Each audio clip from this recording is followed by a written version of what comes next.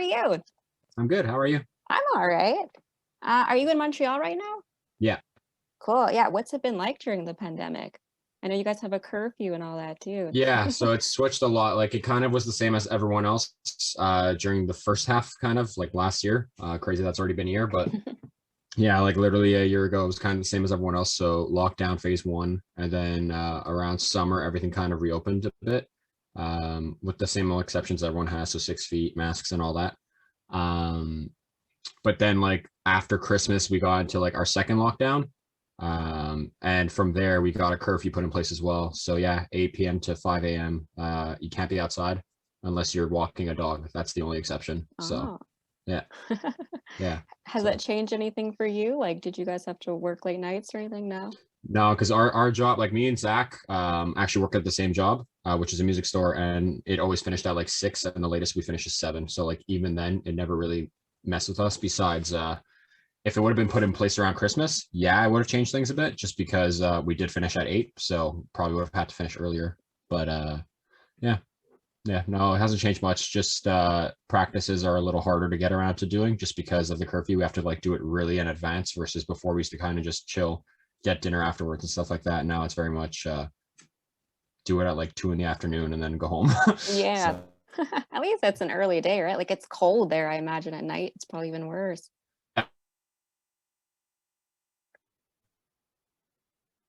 yeah, I Oh, don't know if it's my internet that's kind of cutting out or if it's yours. I'm not sure. Yeah. It's okay. Oh, We'll get through this either okay, way. yeah, Yeah, okay, so you guys have a okay. new EP coming out next week. It's called Yours to Follow. I wanted to ask just about the name of the EP. Like who came up with it? What does it mean? It's really not going to be as eventful as you think. Literally, we were once we decided we're going to do an EP, we're like, okay, well, what do we call it? Because for a while, the working title was Primary, just because um, phase one would have been, because the primary phase for us, we would have had the colors, like the primary colors used, which is on the cover art for the EP. Um, but then the guy who actually made our like album art had like a title underneath that I kind of thought was cool for with the theme of the pandemic. It was originally like written like Everything Will Be All Right, but the guy found that a bit too cheesy for us. So I was like, okay, well, what do we call it? So like I just sent over all the lyrics, and follows taken directly from the first song on the EP, called Light It Up. So it's during the bridge. There's a part where it's like, we're yours to follow. So yeah, really not eventful at all. It's just meant to be like kind of an open invitation for people who feel kind of like we do, just like we're yours to follow. So yeah, Awesome. Yeah, I think that works. Why not? sweet. Uh, so what can fans expect from the EP? I know you guys have released a couple songs already. Do you think it's similar to like Backseat Bingo, the rest of the songs that no one's heard yet?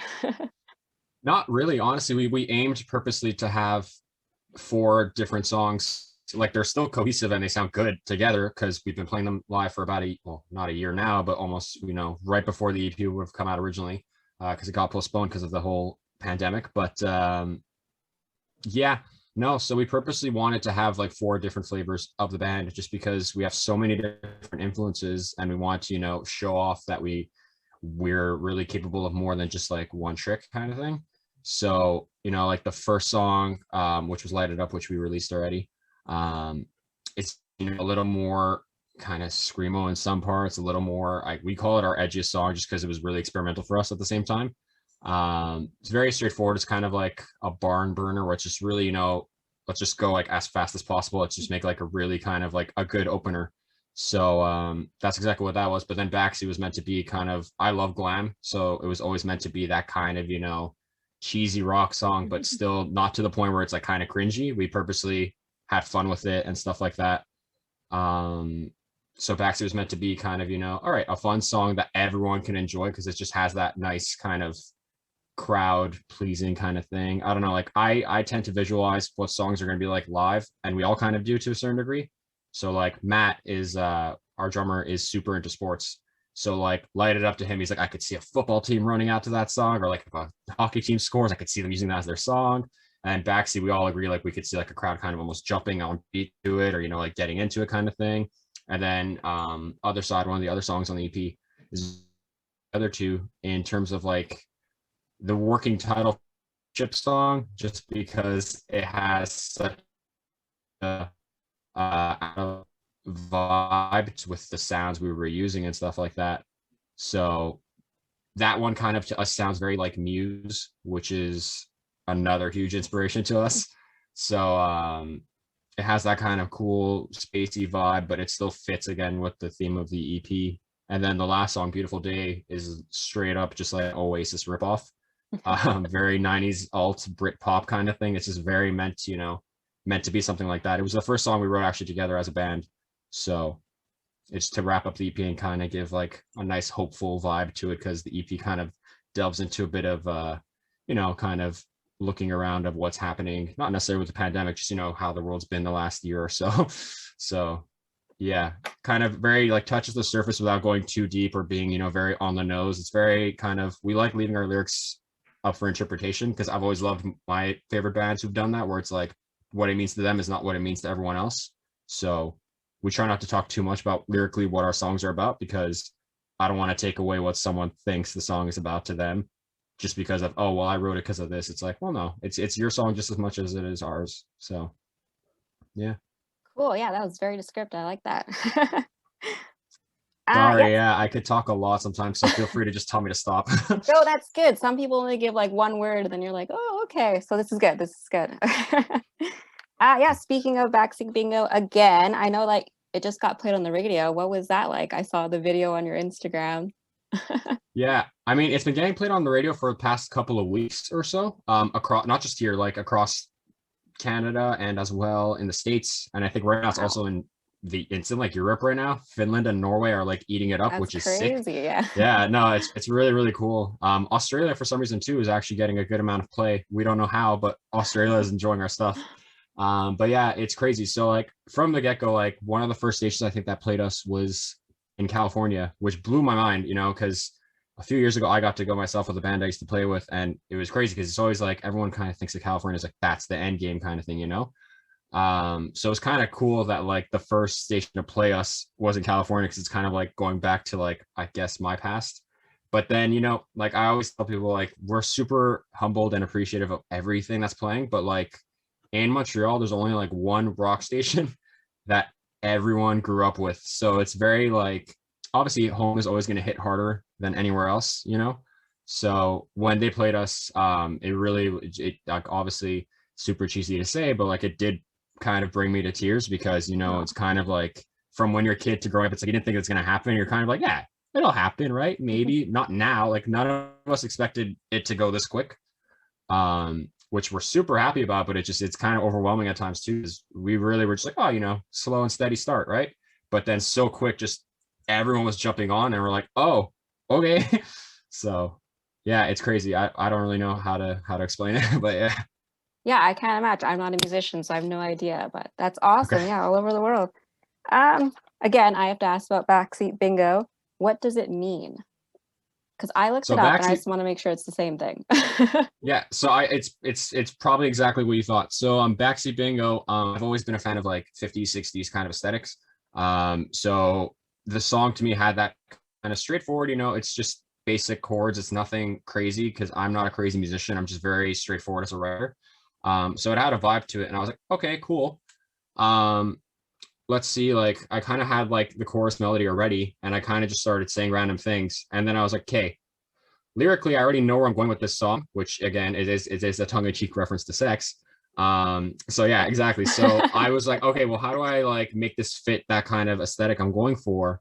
And so I kind of just looked up like slang from the 50s and 60s, and then found Backseat Bingo, and it literally fit perfectly in the chorus. So I was like, oh, okay. So it kind of wrote itself. It was one of the most simple songs we wrote, instrumentally and lyrically, just because it just came out like very on its own. There was no forcing lyrics to rhyme or anything like that. It was one of the only times I myself didn't struggle trying to make things work. It just really, it wrote itself, honestly. So yeah. That's Yeah, awesome. it's about sex though. So yeah. That's pretty much what I looked up. So I just wanted to All make good. sure. Yeah. Yeah. So how have you guys been keeping busy during the pandemic besides doing music?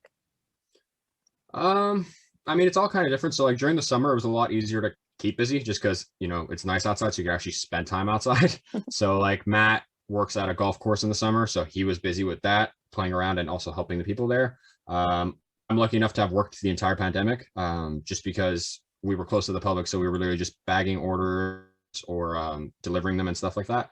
So I was lucky with that because I go crazy really easily if I'm not doing anything. So it's a blessing that I got to work at least.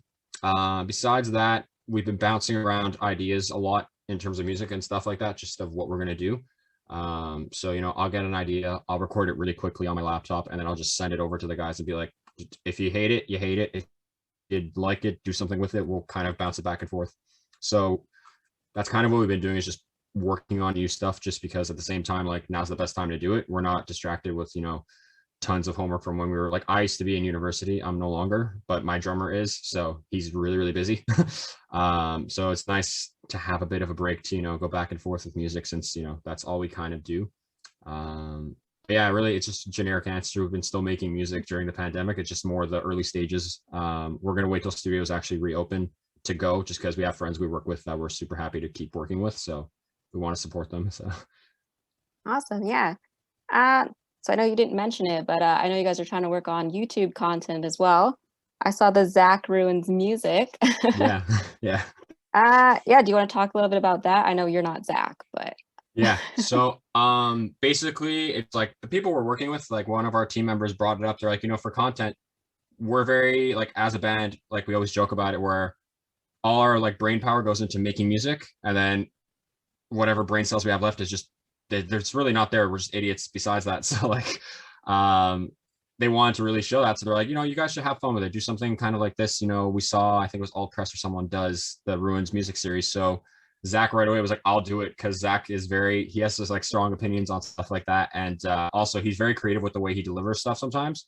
So we gave it to him. We're like, go ahead and do it, because I didn't know who I was going to pick to ruin. So I was like, you can have it. And then he's like, oh dude, I'm doing Limp Bizkit. I'm like, that's amazing, do it. Because like I literally had no idea what to do. We were thinking about even maybe doing all three of us, like kind of like on a Zoom call, just roasting something, but none of us could have thought of it. And Zach was like, dude, I got it already, I'll do it. We're like, oh, okay. But yeah, he's not really trying to say that it's garbage. It was just what came afterwards is what messed everything up. Like he was saying, how like music kind of was a little almost like paralyzed for a bit, because so much people were trying to do like that kind of thing, which didn't work already, but like it was, I don't know, it's a mess. So he's the guy you would have had to ask for that. I can't, I'm not Zach, unfortunately. no, yeah, that's fair. I know like you guys have been doing like song tutorials and stuff like that. Are we going to be seeing more of that? Yeah. So there are 2 songs left to go over. And really, it's just, again, it's meant to be like a lighthearted, not taken too seriously kind of thing, which I'm sure you've already seen.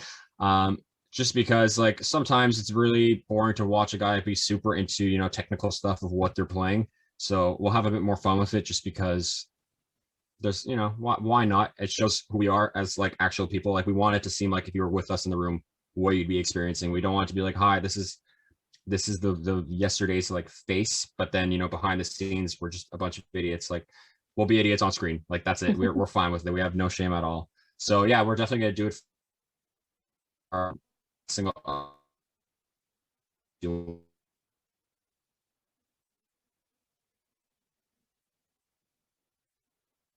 Oh, paused. Hello? yeah, sorry. Oh, I think sorry. it's okay. All right, so my last question is, what's next for you guys? I mean, we're always writing, so like it's really dumb to say, oh, we don't know. Like obviously we're aiming for other stuff. We're gonna try to do whatever we can with whatever's happening, because every time stuff is changing. Like I think they're opening some stuff here for spring break only, but then closing again. So we're really just playing it by ear.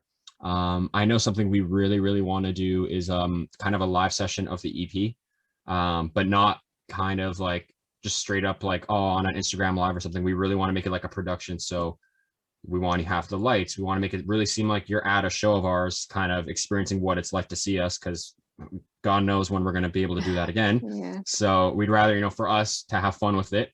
And also we don't want people to have to pay to see our stuff.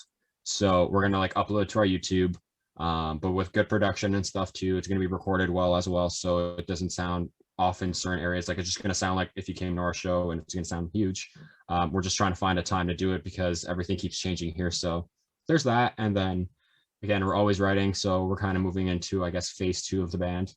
So yeah, we'll see what comes up. We don't really know that we have like no timeline really or anything like that. We would kind of just, we work really well when we're not under pressure and when we don't set these kind of unrealistic deadlines.